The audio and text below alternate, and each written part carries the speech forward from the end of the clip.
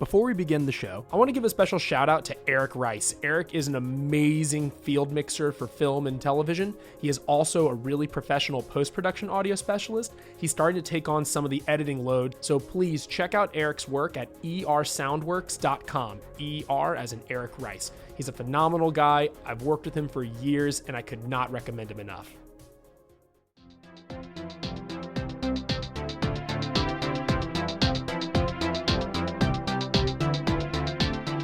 Hello and welcome everyone to We'll Be Right Back, the future of hospitality. On We'll Be Right Back, we interview people from every corner of the service and hospitality industry, as well as representatives from organizations providing relief and resources as we learn how to manage and settle into this new reality after COVID-19. I am your host, Greg Tilton. I'm joined today by Cole Newton. You may know him from the Domino or 12 Mile Limit, two awesome local bars here in New Orleans. He is also a member of the National Board of Directors for the USBG, the United States Bartenders Guild. Cole, thank you so much for coming on the show. Please tell us a bit more about you. Thanks for having me, Greg. I am, as Greg mentioned, the owner and proprietor of a couple of dive bars here in New Orleans, 12 Mile Limit, a cocktail dive we opened in 2010 in Mid-City. And just last year, with a group of investors, we opened a bar called the Domino over in the St. Claude neighborhood over in the Bywater. Domino is a bit more of a wine dive. 12 Mile Limit has a more of a cocktail focus, but really they're just friendly neighborhood bars for the people. And one thing I got to give a shout out to you about, Cole. For years, I've been lucky to know you, and you're such an active person in the community. You always had this great mentality of yes when it comes to events or hosting things. When I was raising money for one of my first film projects, without hesitation, you let me host an event there. You gave everyone a free drink at the door. You were fantastic. It took no planning, no work on my end. You just said, tell me what you need. Let's get it done. And you have events constantly at the bar, obviously not currently, but you're just so proactive and so engaged. And I just want to say thank you for doing that. Not trying to kiss your ass too much here, but I just felt like it bore mentioning. It really makes 12 Mile Limit stand out to me in my memory. And I've always enjoyed going there for a drink. Thank you. I really appreciate that. But yeah, you're right. We're 100% what I'm trying to inculcate in a lot of ways is what I refer to as a culture of yes. So if you have ideas for programming, if there's a party you've always thought would be a fun theme for a party, we do a Harry Potter dance party. All of our best programming has been other people's ideas. A lot of the stuff that we've tried to build internally, we've had some success with, but the stuff that's really stuck over the years, our more popular dance parties and game show programming, weird stuff like that, has all come to us from somebody else who thought, oh, this bar would be a fun spot to do this thing I've always wanted to do. And just being able to, and so there's programming we all try to say yes to, special drink requests we'll try to say yes to, really anything that won't come to the detriment of a different guest's experience, we'll try to say yes to, because why not? We're in the business of making people happy. Well, thanks for letting me fanboy out a little bit there. So I guess we can jump right in. Tell me a bit about the initial days when COVID-19. In early to mid-March, we start seeing the first restrictions on number of people. We start seeing restrictions on just gatherings in general. The hospitality industry obviously felt this in a very unique way. What were the initial days and weeks leading up to shelter in place for you at 12 Mile Limit and at the Domino? To be honest, they were surprisingly busy for the bars. I think a lot of people saw this coming in a way and were sort of trying to emotionally prepare themselves by getting everything in that they could right before everything closed down. Because everyone kind of knew that any day now, we're never going to be we're going to be sheltered in place. Nobody's going to be allowed outside of their homes. This is an inevitability. So if you want to do anything, do it now. So the couple of weeks before the bars were shut down, we were doing very, very well at both bars, kind of surprisingly, kind of counterintuitively. But I think that's sort of what led people on St. Patrick's Day weekend to really go all out, and in a way that sort of accelerated the response locally. But everyone was like, I don't know the next time I'm going to be able to see other people, so I'm going out and I'm partying as long as I am allowed to party. But when you do that, it also inevitably hastens the arrival of that time when you're not allowed to party. And it's sort of a bit of a tragedy of the commons, the idea that we have this public good, and if you use it up, it's gone for everybody. But everyone wants to use it as quickly as possible because they know it's going to be gone for everybody sooner or later.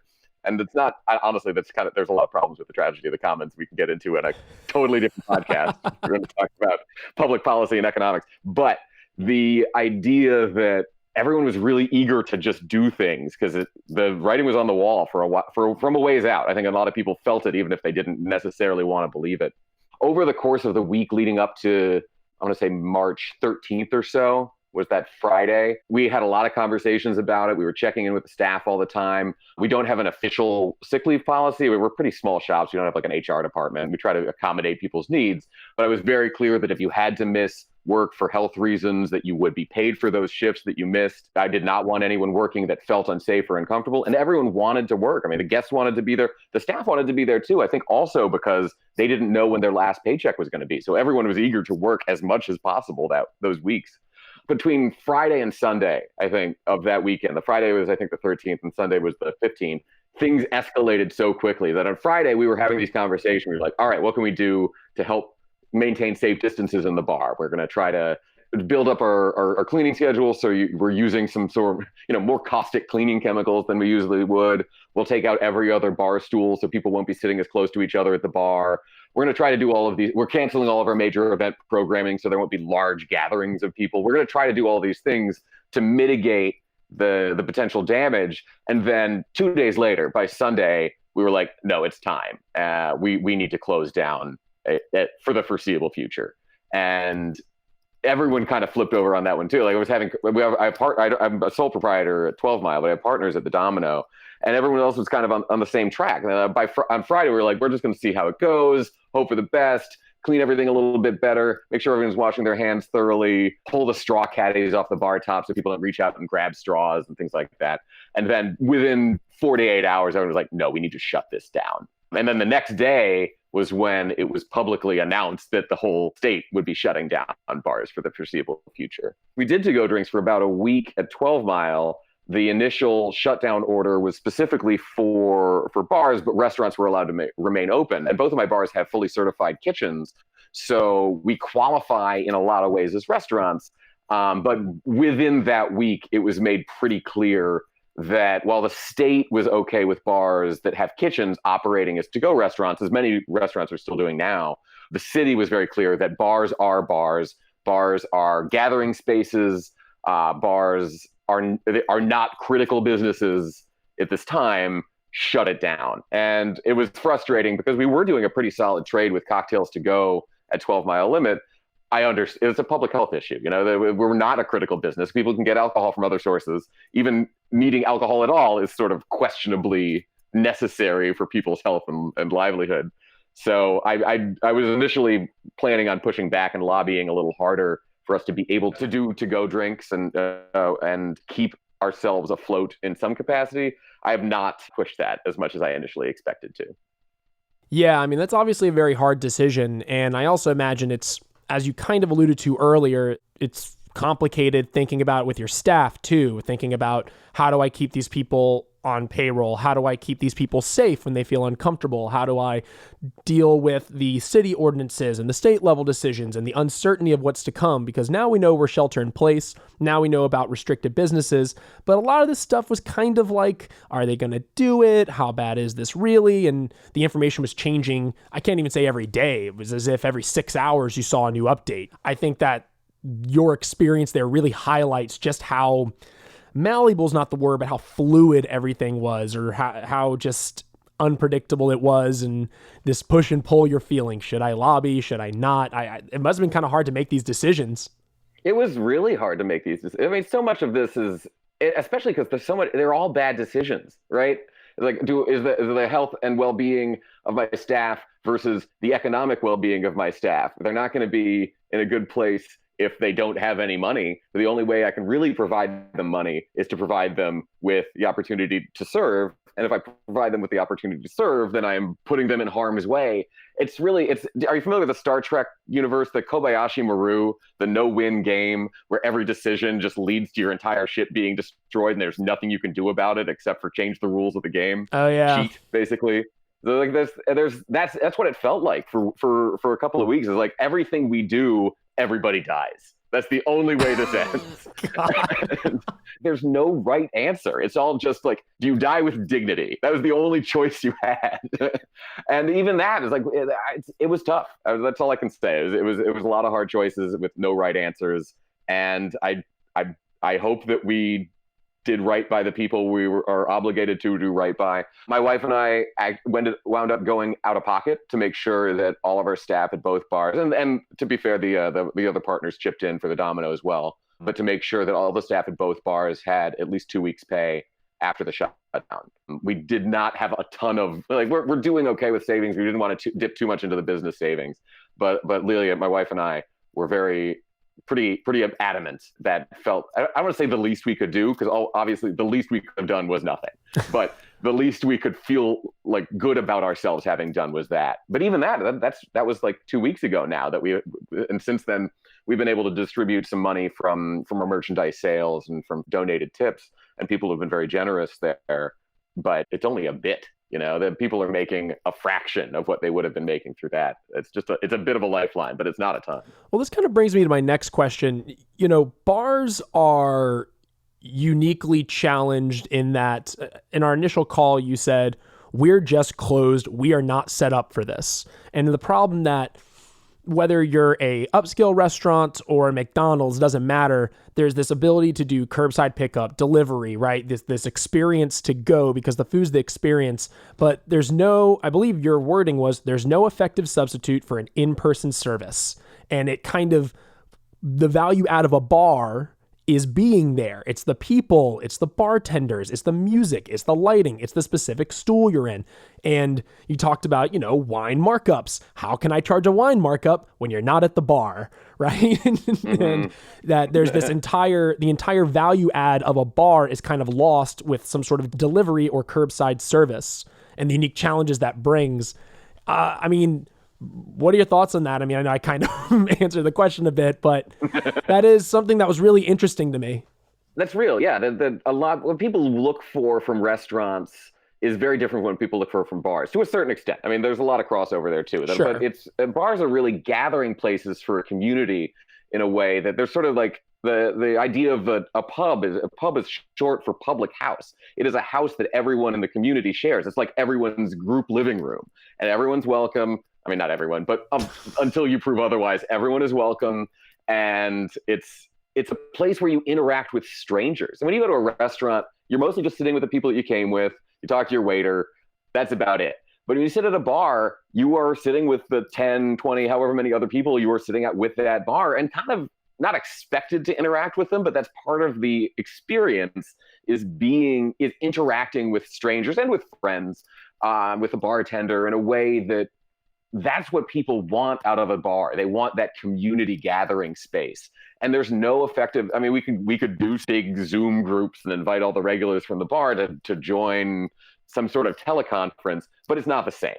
There's really no effective way to engage in our core business, which is more than selling drinks. We still sell drinks, is creating a public gathering space. There's no way to do that remotely in the same way, in as effective a way as the bar with it is a room where people gather, and that is the fundamental concept of the bar. So you talked about the batched cocktails earlier, right? Well, not batched, but you talked about doing the cocktails to go. And you mentioned that you've been discussing partnerships with distillers and places because you legally, it's kind of either gray area or not allowed as your place to just do these cocktails to go. But if you tag team with a distillery or someone with that kind of licensing, there's possibilities there. And you mentioned batch made cocktails, right? Are you exploring that still? Yeah, well, I'm still exploring it as a possibility. If the bars in the future are allowed to open in a way that restaurants have been able to open, with food to go and packaged beverages. Now, that's currently the mandate from the state. Mm-hmm. The city still says bars are bars aren't allowed to open. But the state says that bars with kitchens are allowed to be restaurants, and restaurants are allowed to sell food and packaged beverages. So factory sealed packaged beverages. So whole bottles of wine, sealed beers, not draft beers, and not ironically, but oddly, frozen drinks are allowed. And the rationale behind that, from what I understand, is that the daiquiri shops are mostly takeout operations anyway. They're not gathering spaces in the way that traditional bars are. So that's why there was sort of a carve out for frozen drinks, is because half of them are drive-through, right? Like there's not a room of people like all sitting together and chatting and enjoying their daiquiris. That's not the model there. So frozen drinks are also allowed. I would say that is not characteristic of the culture of daiquiris. Exactly.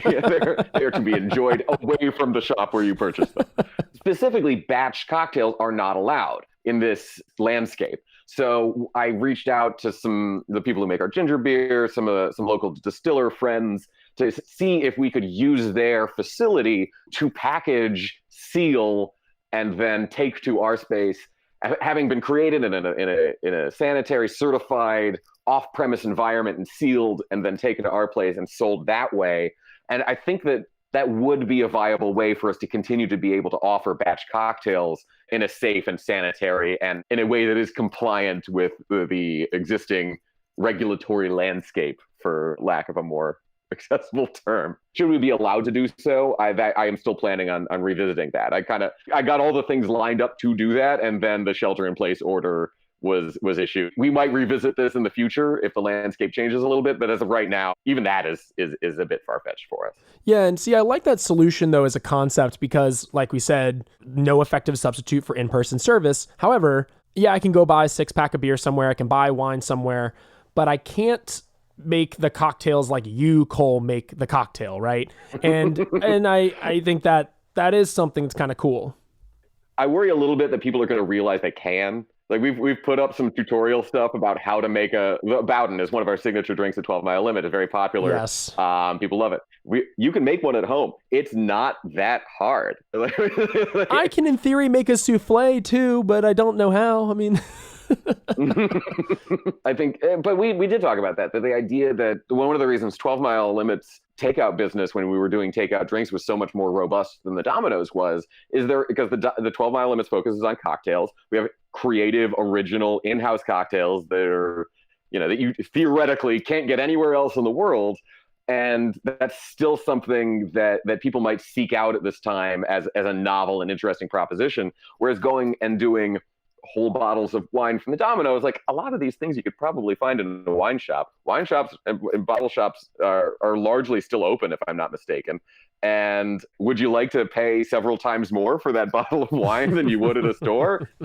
I would like you to want that, but I don't necessarily see that as the same value add as us mixing all of the ingredients for a cocktail that you would just then be able to pour over ice in the comfort of your home and replicate something of the 12 Mile Limit experience that you've been missing. Yeah, that makes sense. And it stinks that you kind of have to wait a little bit and see how it shakes out. Bars are bars, as you said. But hopefully that's something that you can look to in the future, potentially. I think there's a lot of interesting possibilities with that idea. Yeah, I've actually thought about batched cocktails because what we do at 12 Mile already is that for any cocktail that's on our list or any of our previous list cocktails that are enduringly popular, we batch all of the shelf-stable ingredients in advance. So we're really just picking up 2 or 3 bottles to make a cocktail instead of 6 or 7 or 4 even for some of the simpler drinks. So, and it cuts down on service time. Most guests don't really need to see the whole cocktail created from scratch every time. They want the drink. They don't want the show. I think a lot of cocktail bars sort of miss that. But it occurred to me that we could also just bottle and market these cocktail batches for home use and get a product on the shelves and have this sort of like 12 Mile at home. Here's your Bowden. Here's your great idea. Just add X. Here's your 12 Mile Limit cocktail. Just add lime. And so I'd already sort of thought about this as a possibility of a future off-premise revenue stream. So this isn't that far away from things that we've already at least explored in a theoretical sense before. And honestly, there's no reason we couldn't do that moving forward, too. It's really the only reason we never went there is that we didn't have a ton of working revenue to explore this new business model. Well, I imagine it also requires a massive amount of bandwidth. It's basically a pivot. You're not really a pivot. You're not shifting your business, but you're opening a completely new division of your bars basically by doing that. I imagine the bandwidth you'd need is massive. Yeah, it's not nothing. I'll put it that way. I mean, and to be fair, the day-to-day management of both 12 Mile Limit and the Domino is not my purview as to the degree that it once was. So I have managers at both that handle a lot of the day-to-day operations. So I think I might have the bandwidth to take on something like that. But when we were actually exploring it realistically, I was basically still running most of the one bar at least, and it was more of a financial roadblock to getting things up and running than a personal bandwidth. To kind of shift course here a bit, In our discussion, you talked about the SBA loans. We had Mark Shetler on in a previous episode talking a bit more about SBA loans, the 7A, the so-called Rubio bill, and all these different elements and grants. But you talked about very specific language in the bill, and I've actually started to see a little bit pop up in written formats about this. They have the specific language about, quote, prurient acts, right, and gambling. And you mentioned how casinos and dive bars in New Orleans are obviously affected by COVID-19, and this could, in theory, and probably does, I guess, on some level, potentially ruin their ability to get loans. Now, we could say, oh, casinos, blah, blah, blah, whatever, but these are places where people work. Dive bars here. We have video poker in New Orleans. A lot of people might not be aware of that. And you seem to raise some questions about the effect this could have, right? So could you talk a bit more about that? Yeah, definitely. And this is not unique to the COVID-19 relief packages, but because all of the COVID-19 relief packages are flowing through the SBA, and because the SBA is a federal program, they're beholden to a lot of federal laws that aren't necessarily enforced on states and local jurisdictions. And among those are the restrictions and that the applicant does not present live performances of a prurient sexual nature or derive directly or indirectly more than the de minimis gross revenue through the sale of products or services or the presentation of any depictions or displays of a prurient sexual nature. So the idea there being this distinguishes like a museum that has nude portraiture from a strip club, right? It's not about the nudity. It is about the intent of the nudity, if it is for artistic merit or if it is simply to arouse and titillate. But that's a First Amendment conversation that is very hard to defend. It's one of those, I know pornography when I see it, is sort of the argument. And that's tough in its own right. But the SBA will not give you any relief funds if you're a strip club. They'll not give you any relief funds if you market pornography, if that's the nature of your business, even though these are by and large perfectly legal pursuits in most places. The other big one is that a third of your income or more cannot come from gambling. And as you mentioned, a lot of dive bars in New Orleans, the entire business model is based around the video poker machines. They're effectively venues for gambling that also happen to sell drinks. And a lot of those 24-hour bars on St. Charles, like Igor's and Lucky's and places like that. Avenue Pub, before it sort of pivoted to become a beer bar, was one of those bars that derived. Ms. Mays, I think, was probably in the same boat. But a lot of these bars derive so much of their actual income from the poker machines. That's one of the reasons the drinks at Ms. Mays are so cheap, is because this just keeps people in the door. So, casinos give away free drinks for the same reason, because they want people to keep gambling. That's actually how they make their money. But between strip clubs, casinos, and dive bars, if those three classes of business are ineligible for these relief funds, how many bartenders in New Orleans work at either the casino, a dive bar, or a strip club? It's a huge chunk. Yeah, I mean, the workforce that affects, the residual, I mean, again, say what you want about gambling or whatever, have your own moral ethics conversation. The fact of the matter is, there's a lot of people employed here, and it's not just here in New Orleans. Obviously, we have our own unique take on gambling and things like that. So, but I imagine other places have their own gripes. The Gulf South has casinos everywhere, and in some areas, it's one of the only real employers. Mm-hmm. I imagine this also would affect. I haven't looked into this, but it's got to affect a lot of tribal governments. A lot of Indian tribes are probably struggling, and a big section of the revenue on certain reservations are the casinos. That didn't even occur to me. That's a really good question. That's why I love this. Like, you brought that up, and it just, all these questions start stirring. I'm like, this is a great example of just your ripple effect of certain policies or restrictions, right? They mean one thing on a surface level, but when you really dig into them, you start seeing like, oh, this gets a little more complicated. Mm-hmm. It's also interesting to me, the idea, like, I know a lot of people that have no problem whatsoever selling alcohol, but they're like, oh, gambling? I don't know. That seems exploitative. It's like, it's just another vice, another addiction, another thing that people like to do. Maybe they spend too much money on. Maybe they spend enough money on, they ruin their lives. It's like, alcohol does the same thing. And also, if you drink too much alcohol, you might die. Nobody's ever OD'd on gambling. I mean, it's true. It's like, it's kind of a morbid humor to it, but you're right. I mean, it's the parallels are very strong. So yeah, it raises a lot of interesting questions. Even like you said, the First Amendment stuff comes into play. That gets really tricky.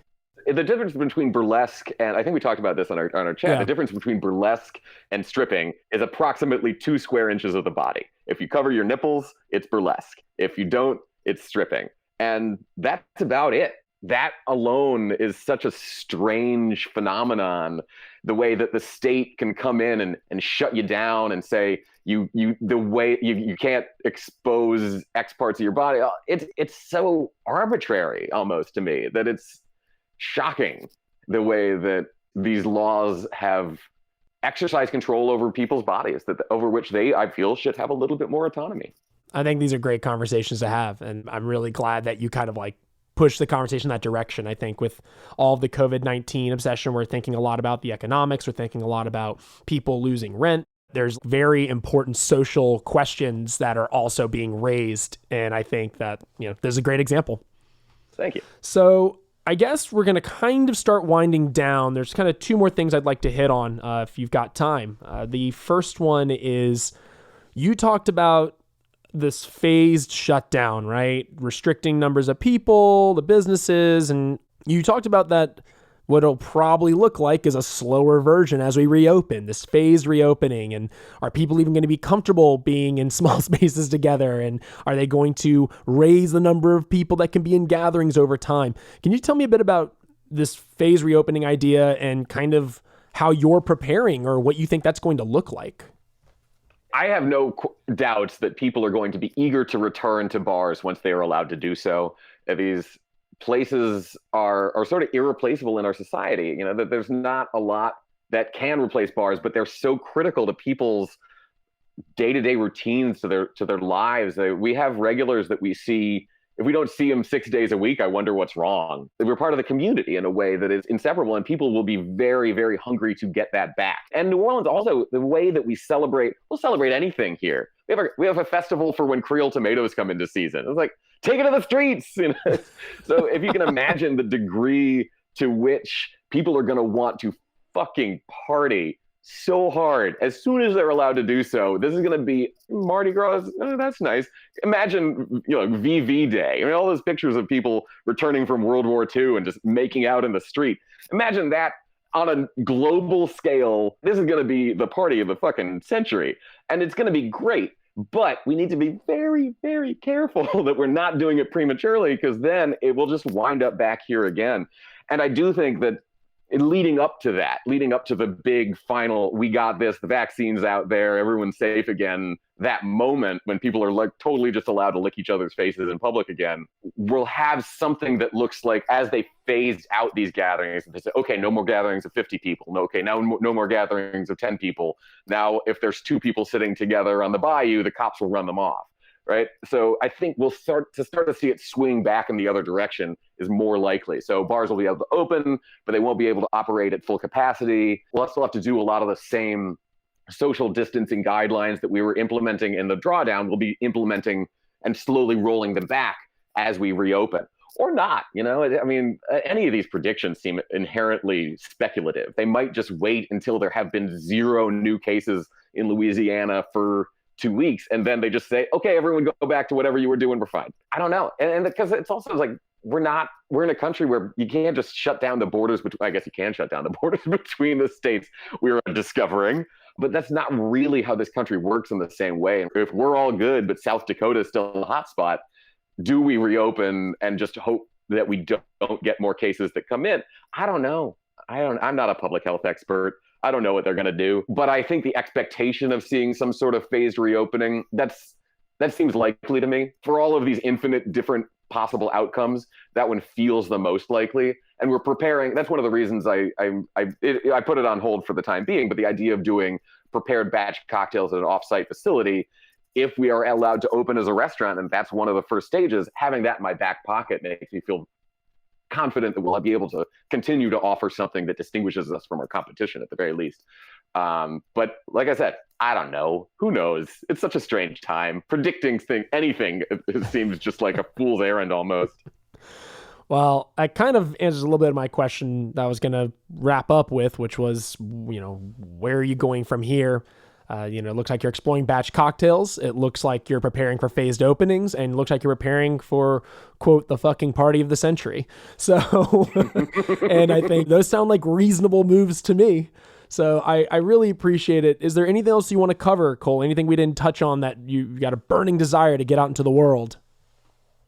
I'm not really. If you visit the 12 Mile Limit or Domino websites, you can link to our merchandise websites. If you want to buy t-shirts or just donate tips directly to our staff, that would be greatly appreciated. It's been a real lifeline in this time for us. People have been pretty supportive through those venues. So thanks to everyone who's done that so far, and keep them coming.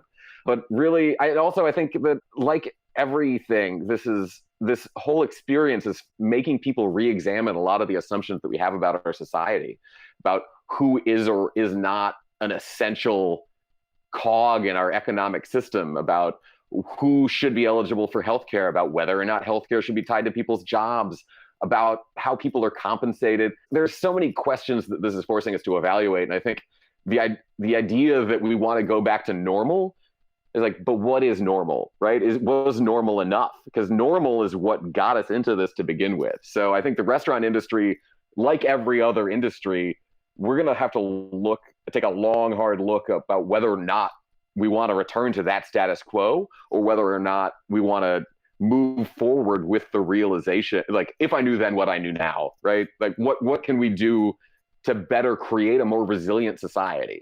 And restaurants and bars are going to be a part of that. And so we want to be making sure that we have those conversations ongoing, and not just be like, okay, we fixed it, back to what we were doing before. That does not prepare us for the next time this happens. Even if it's only every 100 years, this is going to happen again. And we don't want to be caught with our pants down next time. I guess that actually raises one extra question for me. If there's one thing you could change based on the stuff you've learned, what do you think you're going to do to make your establishments more resilient? I would like to see our healthcare system removed from our employment system. I think it does not make a lick of sense. We have never been able to offer. My businesses don't make any money. We break even mostly. It's fine. This is not a problem necessarily. It's just the way it is. We can't afford to offer healthcare to all of our employees, and God bless those who can. Businesses like Coquette, who offer healthcare to all their employees, that's amazing, and I love them for it. We don't have the money for that, and so our employees are largely required to self-insure. That's a terrible system. I don't know that our businesses can do much to help create some sort of universal healthcare, but it's becoming increasingly obvious that would be a huge boon for so many people. And also, I think exploring some sort of revenue stream that we can have. So merch is one thing, but being able to do those batch cocktails and create a product that can be available in grocery stores instead of something that is resilient. Like, if there's another shutdown, what can we do to ensure that we have another way to bring money in? So I don't know what that looks like at the Domino, but 12 Mile Limit, the degree to which batch cocktails flew out the door when we were doing them that week has reinforced that there's a market for that, and there's that might be even in good times, just having a little bit of increased revenue from an alternate stream would be real valuable. And for businesses, like I said, that doesn't really actually make that much money, that could be a real difference maker for us. Yeah, it sounds like you're wanting to explore how to basically diversify your business. Yeah, bars are still bars from a public health standpoint, from a business standpoint. But bars are, what else can a bar be, I guess? What other services can we offer that are more resilient to these types of disruption? Even if it's just, it's flooding or some sort of weather event that forces us to shut down, or the power grid fails, or something like these things will happen. And being able to figure out a way that the businesses can be resilient to those types of disruptions, I think is something that is increasingly important to me. Well, that's great a note as any to end on, Cole. I really appreciate it. We are definitely going to include in the show notes, you mentioned the merch store. We're going to include that. Make sure y'all can tip his staff and buy merch, support a great local business. But where else can we find you on social media? Give me those shameless plugs. Hey, I am T. Cole Newton across Twitter, Facebook, and Instagram. 12 Mile Limit is mostly at 12 Mile Limit, the word 12, although on Instagram we are the number 12 Mile Limit. The Domino is the Dominola, the Domino LA, on Facebook and Twitter, but is St. Claude Domino ST Claude Domino Instagram. So follow all of those. Give us all your likes and thumbs ups and heart emojis or whatever. Yeah, those are fun. Well, Cole, thank you so much for coming on the show. We really appreciate having you on. As always, it's so insightful. We covered so many great topics, in my opinion, and couldn't do it without you. I really appreciate you having me on, Greg. Thanks for everything. All the love to the fam, too. Wife says hi. Thanks so much, man. Y'all have a great one. You too.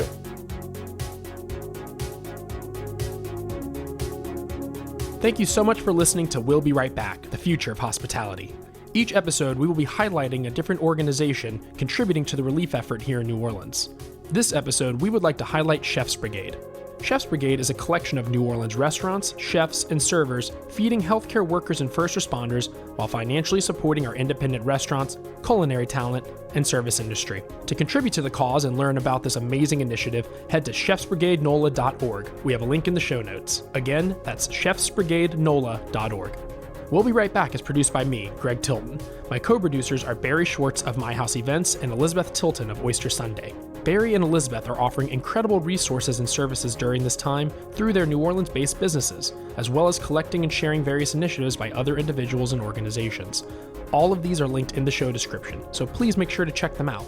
You can follow us on Twitter for the latest updates and to let us know what's up, @RightBackNola. Please also consider leaving a review for us on whatever podcast platform you fancy. It helps us know what you think, and it helps people find the show. Our cover art was created by Eugenie McClellan. Our show's music was produced by Sarisu. We have links to their work in the show notes, so give them some love.